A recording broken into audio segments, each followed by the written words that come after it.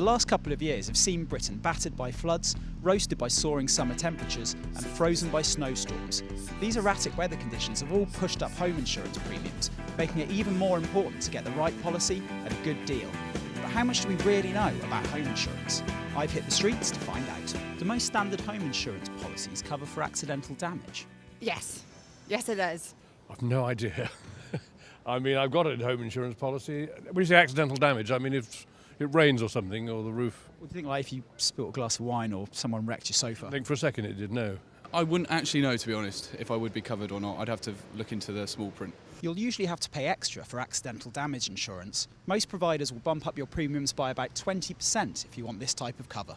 Accidental damage is defined by most insurers as damage that occurs suddenly as a result of an unexpected and non-deliberate action. This means it won't cover general wear and tear or mechanical failure. Should you insure your home for its full market value?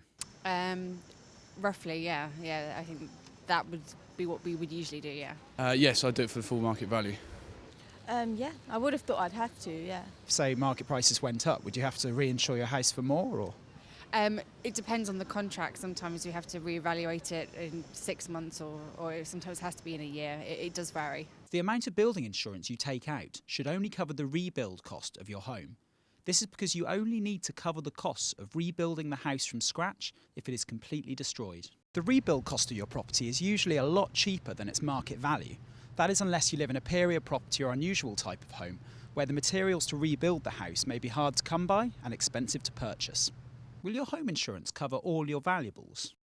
I don't think it would cover all my valuables, no. Yes, I do, yes. Do you think there'd be a limit maybe to how About £50,000. everything? Content insurance, yeah. So everything like laptops and jewellery and things? From what I understand from my contract anyhow, yes, yeah, that's right. Just because you have full contents cover, that doesn't necessarily mean that everything you own will be insured. Some more valuable items like jewellery or laptops may be underinsured or excluded from the policy altogether. Most insurers set a single item limit of around £1,500 and may even specify certain items that are not covered at all. If this is the case, you need to take out separate insurance for these items. It's also worth looking into single item insurance for wedding rings, mobile phones and other items you frequently have on you outside of your home. Does standard home insurance cover flood damage? It's a difficult one, isn't it? Because, yes, I think it does, yes. Ooh, I wouldn't know 100%, but I would say no. Maybe you have to pay a little bit more for that. I don't know. I think so. I would expect it to, yeah. Do you think that insurers could say we're not insuring you if you live in a flood area? Yeah, I think so, unfortunately. Standard insurance policies will not cover flood damage. You'll have to take out extra cover if you live in a flood-prone area.